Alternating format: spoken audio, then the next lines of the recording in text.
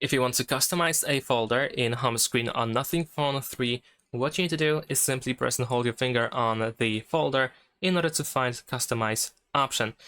Before we go there, you can also find the Minimize and Enlarge option, so you can make a folder to take 1x1 space or 2x2, like so.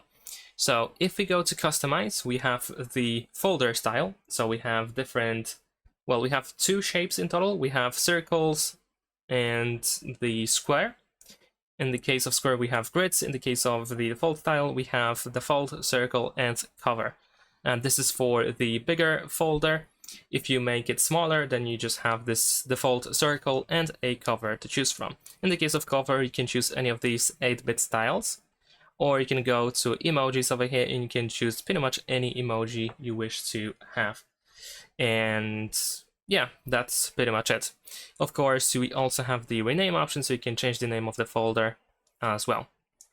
So thanks for watching, leave a like and subscribe.